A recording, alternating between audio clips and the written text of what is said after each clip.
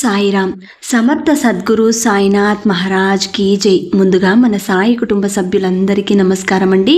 అందరూ కూడా సుఖంగా, సంతోషంగా, ఆరోగ్యంగా బాగుండాలని మనస్ఫూర్తిగా కోరుకుంటూ ఈరోజు వీడియో మొదలు పెడుతున్నాను. ఇక ఈరోజు వీడియోలో బాబాగారు ఏం చెప్పబోతున్నారు అంటే, తల్లి, ఎంతటి డబ్బు సమస్య ఉన్నా పోగొట్టే ఉపాయం చెబుతాను. నా మీద భక్తితో ఈ ఎద్దుని తాకమ్మా, ఒక ఆపద నుండి తప్పిస్తాను అని ఈరోజు గురువారం నాడు బాబాగారు ఒక అద్భుతమైనటువంటి సందేశంతో మన ముందరికి వచ్చారండి. ఈరోజు బాబాగారు అందిస్తున్న ఈ సందేశం ప్రతి ఒక్కరూ కూడా మిస్ చేసుకోకుండా వినండి. ఎందుకంటే ప్రతి ఒక్కరికి డబ్బు సమస్య అనేది ఉంటుంది. ఆ సమస్య నుండి బయటపడాలంటే బాబాగారు అందించే ఉపాయం మనకు చక్కగా ఉపయోగపడుతుంది. కాబట్టి ప్రతి ఒక్కరూ బాబాగారు ఏం చెప్పబోతున్నారో దానిని తూచా తప్పకుండా ఆచరించి చూద్దాం. ఎందుకంటే మనం బాబాగారిని తండ్రి స్థానంలో ఉండి ఆయన చెప్పేవన్నీ కూడా వింటూ ప్రతి ఒక్కటి పాటిస్తూ ఉన్నాం. కాబట్టి మనకున్న ఆ డబ్బు సమస్య పోవాలి అంటే ముందు ఈ కథ వినండి అని బాబాగారు అంటున్నారండి. పూర్వం ఒక ధనవంతుడైన వ్యాపారి ఉండేవాడు. ఆ వ్యాపారికి ఆ నగరమంతా మంచి గుర్తింపు ఉండేది. తరతరాలకు తరగని ధనం ఉండేది. ఆ వ్యాపారి నగరంలో ఉన్న వారందరికీ అప్పుగా ధనాన్ని ఇచ్చేవాడు. కానీ ఆ ధనవంతుడు అప్పు ఇచ్చే విషయంలో ఒక కఠినమైన నిర్ణయం పెట్టుకున్నాడు. అతని వద్ద ఎవరైనా సరే అప్పు తీసుకోవచ్చు, కానీ ఆ అప్పులు 2 రకాలుగా ఇచ్చేవాడు. ఇందులో మొదటి రకం ఈ జన్మలో తీసుకున్న అప్పులు ఈ జన్మలోనే తీర్చడం. ఇక రెండవది ఇప్పుడు తీసుకున్న అప్పులు వచ్చే జన్మలో తీర్చే విధంగా అప్పులు ఇచ్చేవాడు. ఎవరు ఎంత ధనం అప్పుగా అడిగినా సరే ఇచ్చేసేవాడు. ఇదే అదనుగా భావించి కొందరు మోసం చేయాలనుకునేవారు డబ్బులు వచ్చే జన్మలో తీర్చుతామని చెప్పి డబ్బుని అడిగేవారు. ఆ వ్యాపారి ఇంటి ముందు ఉదయాన్నే వచ్చి నిలబడిపోయేవారు. అందరూ అనుకునేవారు, ఆ వ్యాపారి ఒక పిచ్చివాడు, అతని వద్ద చాలా డబ్బులు ఉన్నాయి, పిచ్చివాడు కాబట్టి ఇప్పుడు అప్పు ఇచ్చి వచ్చే జన్మలో తీర్చమంటున్నాడు. అలా వచ్చిన వారిలో కొంతమంది నిజాయితీ పరులు ఈ జన్మలోనే తమ అప్పులు తీరుస్తాము అంటూ ధనాన్ని అప్పుగా తీసుకుంటున్నారు. ఇక మోసం చేద్దాం అనే ఉద్దేశం ఉన్నవారు మాత్రమే వచ్చే జన్మలో తీరుస్తాము అంటూ ఎక్కువ మొత్తంలో ధనాన్ని అప్పుగా తీసుకుని ఆనందంగా అక్కడి నుండి వెళ్ళిపోతున్నారు. ఇక అప్పు తీసుకున్న వారి పేర్లు, చిరునామా అంతా కూడా ఆ వ్యాపారి తన పుస్తకంలో రాసి పెట్టుకునేవాడు. ఆ వ్యాపారి చాలా నిజాయితీగా ఉండేవాడు. ఎవ్వరిని అప్పు తిరిగి ఇవ్వమని ఇబ్బంది పెట్టేవాడు కాదు.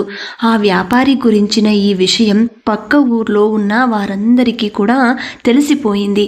ఆ పక్క ఊరిలోనే 2 ప్రాణ స్నేహితులు కూడా ఉండేవారు. వారు ఈ పని చేసేవారు కాదు. జూదమాడటం, దొంగతనాలు చేయటం, మద్యం త్రాగటం లాంటి పనులు మాత్రమే చేసేవారు. వాళ్ళ ఊరిలో వారిని ఎవ్వరూ నమ్మేవారు కాదు. ఒక రోజున ఒక వ్యక్తి వారి వద్దకు వచ్చి, ఎన్ని రోజులు మీరు ఇలా ధనం కోసం అన్నీ తప్పుడు పనులే చేస్తూ ఉంటారు? మన ప్రక్క ఊరిలో ఉన్న ఒక వ్యాపారి, ఆయన అందరికీ ధనం అప్పుగా ఇస్తూ ఉంటాడు.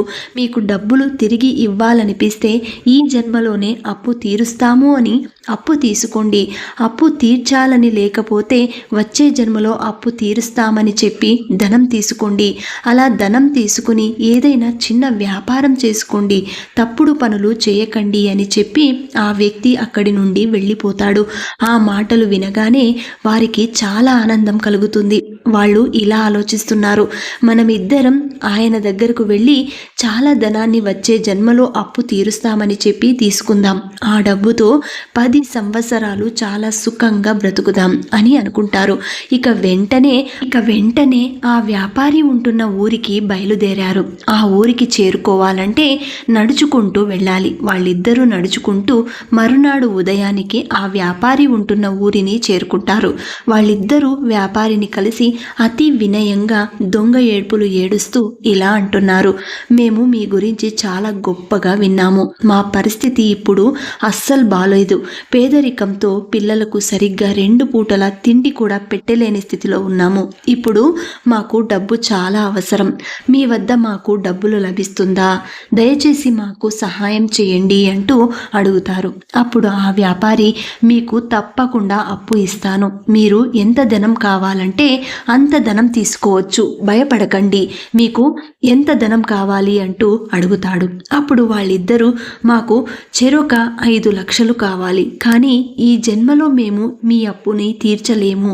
వచ్చే జన్మలోనే అప్పుని పూర్తిగా తీర్చుకుంటాము అని అంటారు. అప్పుడు ఆ వ్యాపారి, సరే మీరు వచ్చే జన్మలోనే తీర్చండి, నాకు ఎటువంటి అభ్యంతరము లేదు అంటూ వచ్చే జన్మలో తీర్చే అప్పు అని వాళ్ళ ఇద్దరి పేర్లు చిరునామా తన పుస్తకంలో రాసుకుని ఒక్కొక్కరికి 5 లక్షల చొప్పున 10 లక్షలు ఇచ్చేస్తాడు. ఆ డబ్బులు తీసుకుని ఎంతో ఆనందంగా ఆ ఇద్దరు అక్కడి నుండి వెళ్ళిపోయారు. వెళుతూ వాళ్ళిద్దరూ ఇలా అనుకుంటున్నారు, వచ్చే జన్మ ఉందో లేదో ఎవరికి తెలుసు. ఈ వ్యాపారి పెద్ద మూర్ఖుడిలాగా ఉన్నాడు. వచ్చే జన్మ ఏమో కానీ ఈ డబ్బులతో ఈ జన్మలో ఎంతో సంతోషంగా జీవించవచ్చు. ఇక మనం దొంగతనాలు చేయనవసరం లేదు అంటూ వాళ్ళ ఊరి వైపు వెళుతున్నారు. నడుస్తూ దారిలో చీకటి పడిపోయింది. వారికి ఊరు బయట ఉన్న ఒక ఇల్లు కనిపిస్తుంది. వెంటనే ఆ ఇంటి ముందుకు వెళ్ళి ఆ యజమానితో ఇలా అంటున్నారు, మాకు దారిలో చీకటి పడిపోయింది, మేము చాలా దూరం వెళ్ళాలి. ఈరోజు రాత్రికి ఇక్కడే నిద్రించి ఉదయాన్నే మేము వెళ్ళిపోతాము. దయచేసి మీ ఇంట్లో ఉండడానికి కాస్త చోటు ఇవ్వండి అంటూ అడుగుతారు. అప్పుడు ఆ వ్యక్తి, చూడండి, మీరు ఎవరో నాకు తెలియని వారిని నా ఇంట్లోకి నేను రానివ్వను. మీరు కావాలంటే మా ఇంటి ముందు ఉన్న పశువుల పాకలో పడుకోండి, అక్కడ మంచం కూడా ఉంది. నేను రోజు అక్కడ గానుగ నూనె అమ్ముతూ ఉంటాను. ఆ పాకలో ఒక ఎద్దు, ఒక గేదె ఉంది. జాగ్రత్తగా వెళ్ళి అక్కడ పడుకోండి అని అంటాడు. ఇక చేసేదేమీ లేక ఇద్దరూ అక్కడ ఉండడానికి నిర్ణయించుకుంటారు. ఇద్దరూ వెళ్ళి ఆ పశువుల పాకలో పడుకుంటారు. కానీ వారికి నిద్ర రావడం లేదు. నిద్రిస్తే ధనం ఎవరైనా ఎత్తుకుపోతారేమోనని భయపడుతున్నారు. ఇలా ఇద్దరూ మాట్లాడుకుంటూ కూర్చున్నారు. అప్పుడే విచిత్రంగా అక్కడున్న గేదె, ఎద్దు మాట్లాడుకోవడం వినిపించింది. అప్పుడు ఆ గేదె ఎద్దుతో ఇలా అంటుంది, ఓ మిత్రమా, నువ్వు పడుకున్నావా? మేల్కొని ఉన్నావా? నేను ఒక మాట చెబుతాను విను. ఇక మన స్నేహం ఈ రోజు రాత్రితో ముగిసిపోతుంది. రేపు ఉదయాన్నే నేను నిన్ను విడిచి వెళ్ళిపోతున్నాను అని అంటుంది. అప్పుడు ఆ ఎద్దు, ఏం మాట్లాడుతున్నావు? ఇక్కడ నుండి వెళ్ళిపోతావా? ఎటు వెళ్తావు? ఎందుకు వెళ్తావు అని అడుగుతుంది. ఇదంతా కూడా ఆ ఇద్దరు వ్యక్తులు వింటూనే ఉంటారు. అప్పుడు ఆ గేదె ఇలా అంటుంది, నేను పూర్వజన్మలో మన యజమాని వద్ద అప్పు తీసుకుని తీర్చలేకపోయాను. దాని కారణంగా నేను ఈ జన్మలో పశువుగా మారి అతని వద్దకే వచ్చి అప్పు తీర్చాను. అతను నన్ను నానా హింసలకు గురి చేశాడు. నేను పూర్వజన్మలో అతని వద్ద తీసుకున్న అప్పు కంటే 1000 రెట్లు ఎక్కువగా నా నుండి అతను అప్పును వసూలు చేశాడు. ఇక ఈ రోజుతో నా అప్పు పూర్తిగా తీరిపోయింది. ఇక ఇతని వద్ద నుండి నాకు విముక్తి లభించబోతుంది. ఇక ఉదయాన్నే కొద్దిగా గడ్డి తిని ఆ తర్వాత ఇక నా శరీరాన్ని వదిలేస్తాను. అతని అప్పు తీర్చడానికి నాకు ఈ జన్మ లభించింది. ఇక అప్పు తీర్చేశాను. ఇక నాకు ఈ శరీరంతో పని లేదు. నా శరీరాన్ని వదిలేస్తాను అని అంటుంది ఆ గేదె.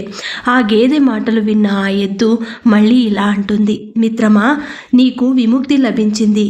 ఇంకో 4 గంటలు ఆగితే నేను కూడా ఇతని వద్ద నుండి విముక్తిని అవుతాను. నేను కూడా పూర్వజన్మలో నీలాగే ఇతని వద్ద అప్పు చేసి తీర్చలేకపోయాను. ఇంకా కొద్దిగా ధనం మాత్రమే తీర్చవలసి ఉంది. ఆ కొద్ది ధనాన్ని కూడా ఉదయాన్నే ఒక కసాయివాడు వచ్చి ఆ మిగిలిన ధనాన్ని యజమానికి ఇచ్చి నన్ను ఇక్కడి నుండి తీసుకెళ్తాడు. అలా ఆ మిగిలిన అప్పు కూడా తీరిపోతుంది. ఆ వెంటనే నాకు విముక్తి లభిస్తుంది.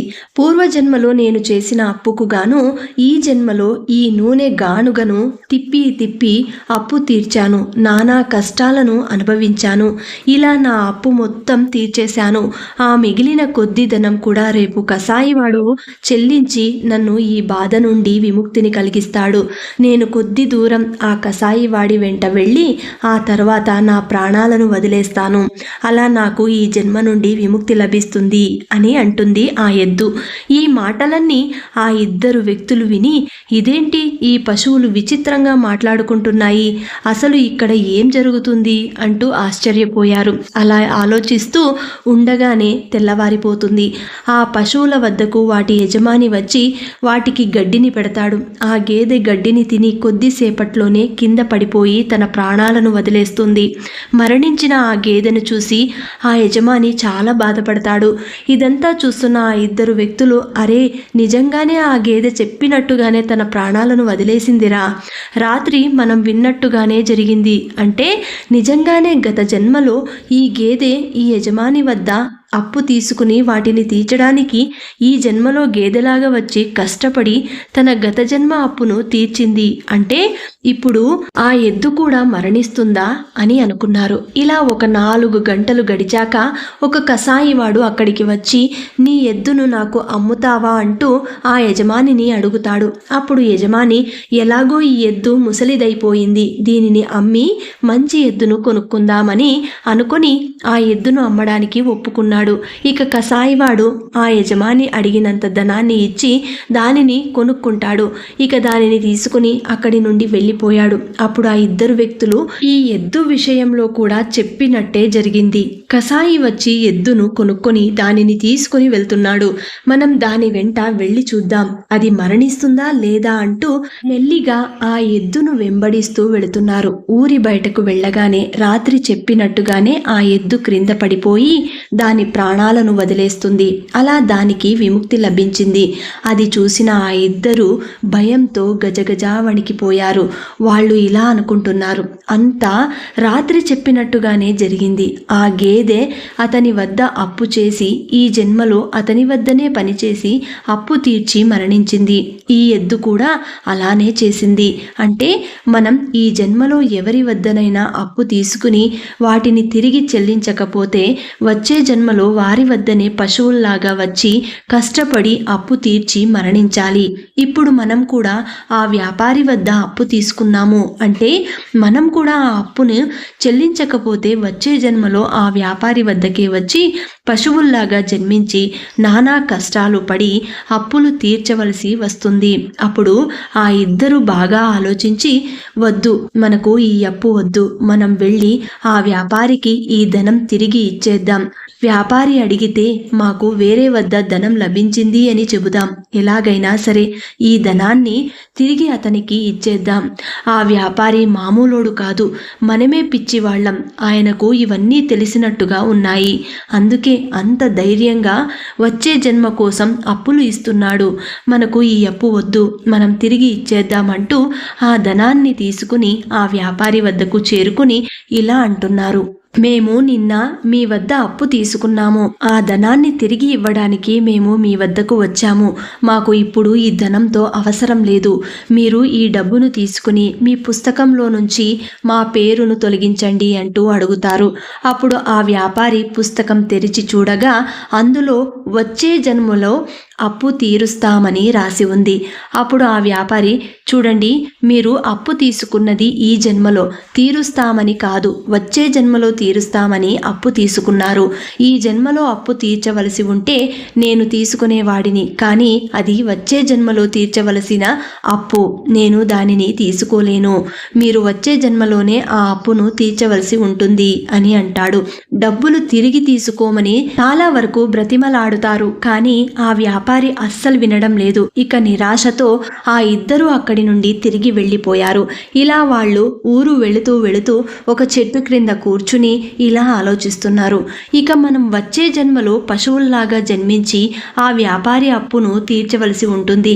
వచ్చే జన్మలో ఆ వ్యాపారి మనల్ని ఎన్ని కష్టాలు పెడతాడో ఏంటో, ఆ వ్యాపారి వద్ద అప్పు తీసుకుని మనం చిక్కుల్లో పడిపోయాం అని అనుకుంటూ ఉంటారు.